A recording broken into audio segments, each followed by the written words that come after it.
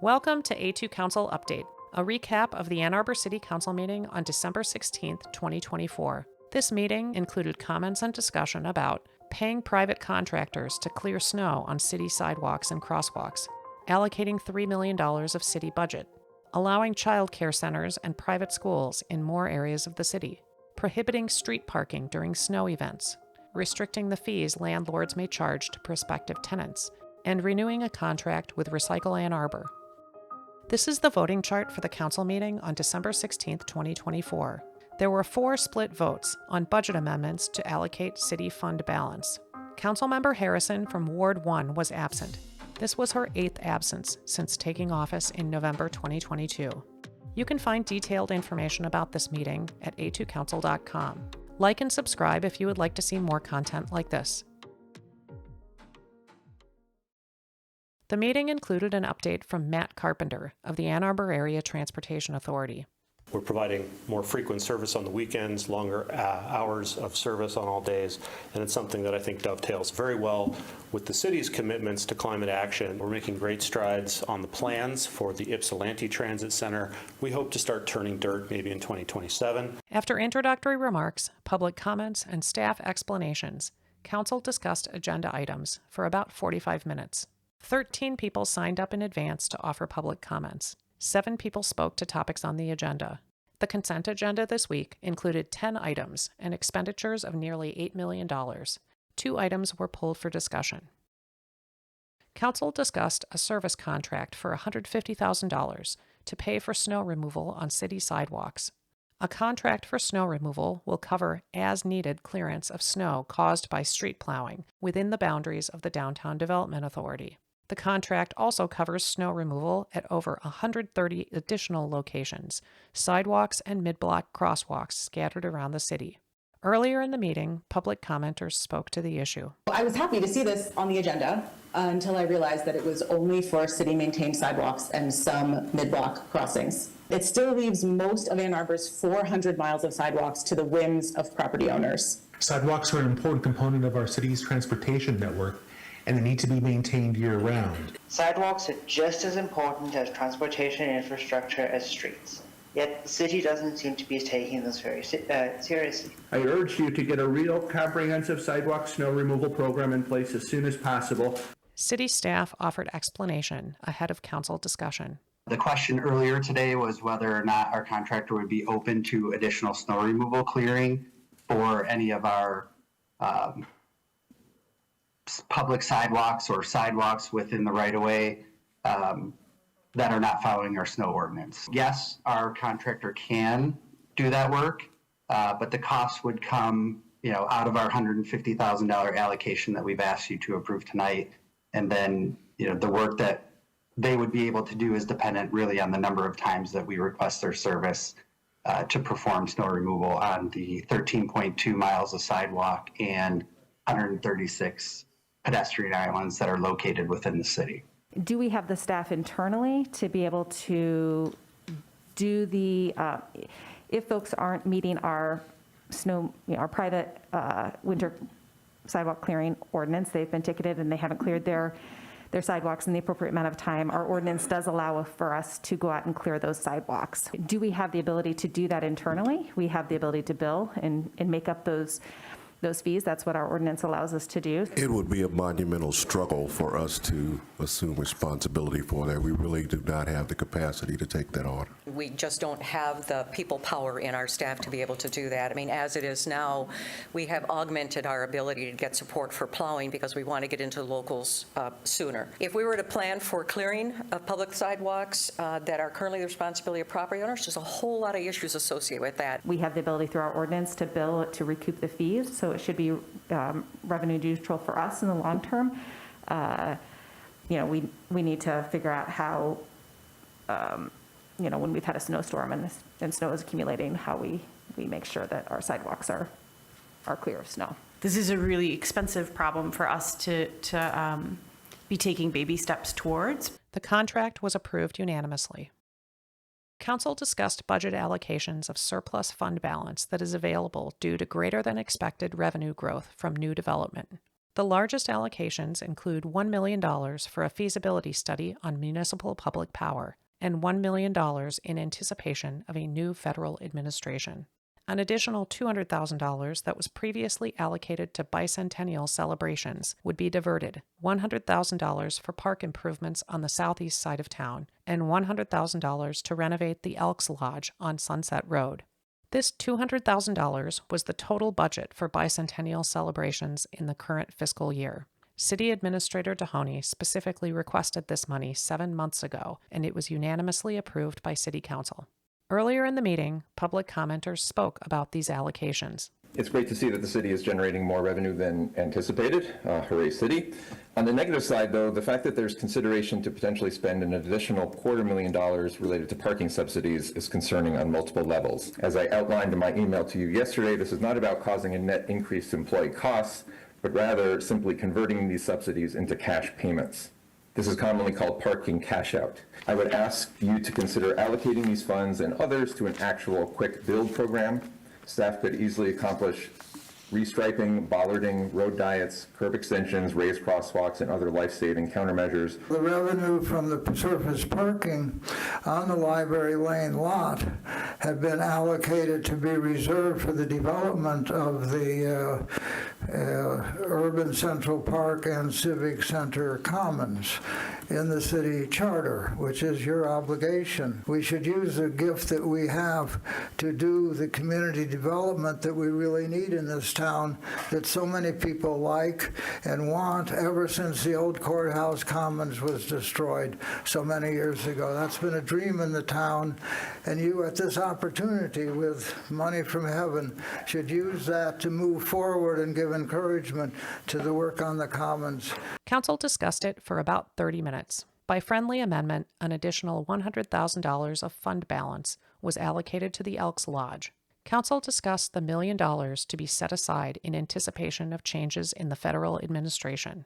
I think this funding gives us some flexibility to meet situations as they rise, and it also helps us contribute to the broader programs that the city funds, like the Human Services Partnership at the county and many other programs for the socioeconomically disadvantaged. I'm feeling like we're not in a position to decide tonight how to best apply this $1 million, but I'd prefer that we consider these monies in the new budget cycle, knowing that if something emerges that we need to respond to, we do have funds, and approach this in a more planful way in the coming months as we think about the budget. Ahead of the meeting, city staff answered written questions, explaining that this allocation was cleaner and more efficient than addressing issues as they arise.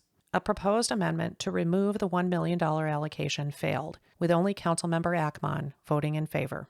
Council then discussed removing the $250,000 to address inequity in staff parking costs. I don't think that we should be setting aside money for this program.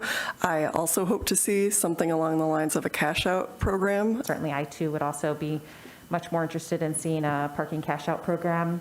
An amendment to remove the $250,000 allocation for staff parking was defeated, with only Council members Briggs, Cornell, Ackman, and Malik voting in favor.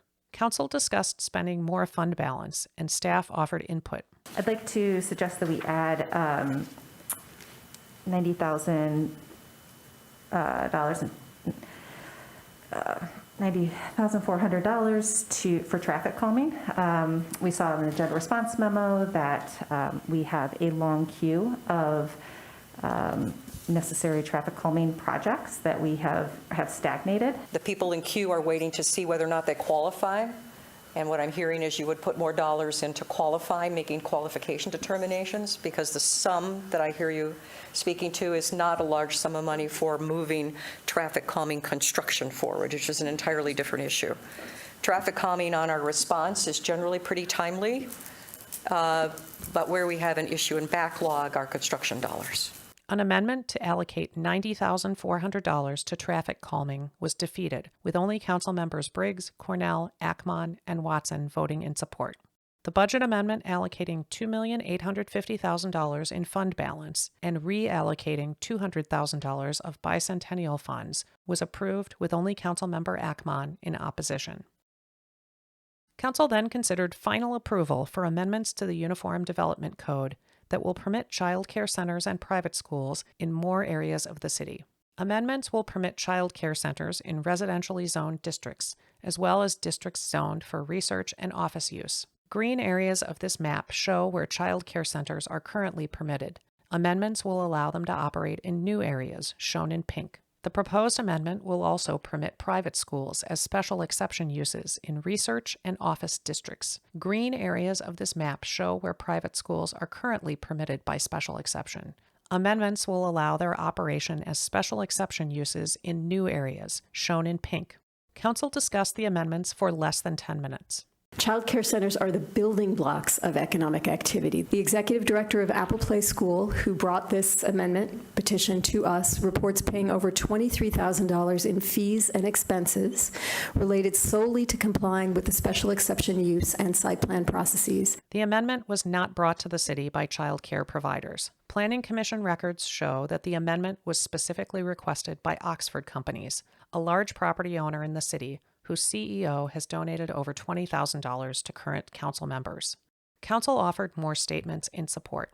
I can't imagine a better use of our time and our energy, and I'm just so thrilled to support this tonight. I'm really grateful for child care centers, and I think this was mentioned previously, but it would also help with walkability. Obviously, working parents need child care, and the blossoming of child care throughout our neighborhoods will affect substantial quality of life improvements for working parents, as well as employment opportunities. The amendment expanding where child care centers and private schools can operate was approved unanimously. Council considered an ordinance amendment that will give the city administrator discretion to prohibit all parking on city streets in a snow emergency event. This will replace current policy that alternates parking restrictions between the odd or even sides of a street during a snow emergency. The amendment includes an exception for disabled residents. The city administrator will have discretion to exclude specific streets. Without discussion, Council approved the amendment at first reading. At a future meeting, it will be the subject of a public hearing and final approval at second reading. Council then considered an ordinance amendment that will limit the application fees that landlords can collect from prospective tenants. The amendment requires that such fees be reimbursed when applicants do not receive a lease on an apartment. Earlier in the meeting, public commenters spoke to the issue. I'm here on behalf of the Washington Area Apartment Association to express our strong opposition to the proposed ordinance banning pre-tenancy fees associated with the signing of a new lease. Mandating refunds for these fees ignores the practical and financial realities faced by housing providers. Instead of further handcuffing landlords, the city should prioritize policies that facilitate the development of more housing units, which is the only sustainable solution to creating a more equitable and affordable renting market. Landlords have a ridiculous amount of power over tenants and potential tenants, and while we're working to provide sufficient housing, we also need to prevent landlords from further taking advantage of individuals. Council discussed it with help from staff. This proposed ordinance would ban all of these predatory pre-tenancy fees and limit any application fee to $50 and make it refundable after 60 days if a lease is not offered. So the ordinance says that if they are refused, if they don't get a lease from the person has to give them their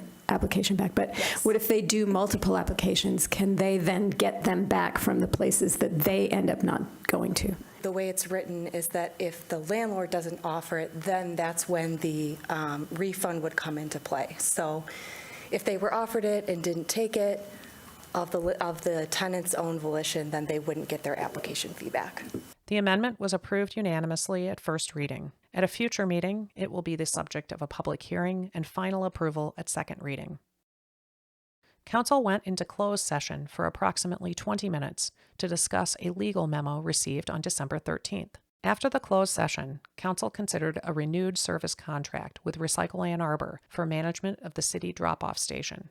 Councilmember Cornell was recused from discussion due to her position as a board member of the Ecology Center. The city's drop-off station is located on Ellsworth. For a fee, residents may enter through a gate and drop off various recyclable materials. A renewed contract includes terms allowing residents with vouchers unlimited and free access to the drop-off station. Council discussed the contract for approximately 10 minutes. What we are doing here is to extend the contract for RAA to operate the city's drop-off station for 1 year.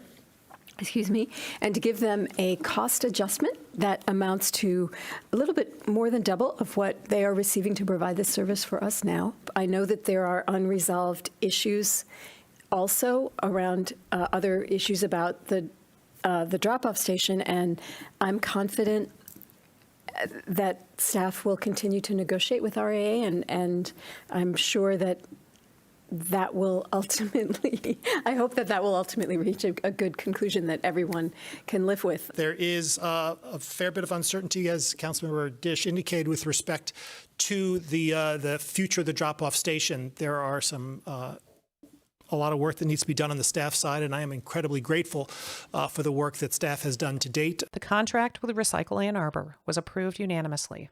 The meeting adjourned before 10 p.m. with no further public comment. For more details about this meeting, visit A2Council.com. Welcome to this week's A2Council Moment of Zen. I just want to make sure I'm understanding. Is the $90,000 for a specific project that would be done right now? Is that what we're doing?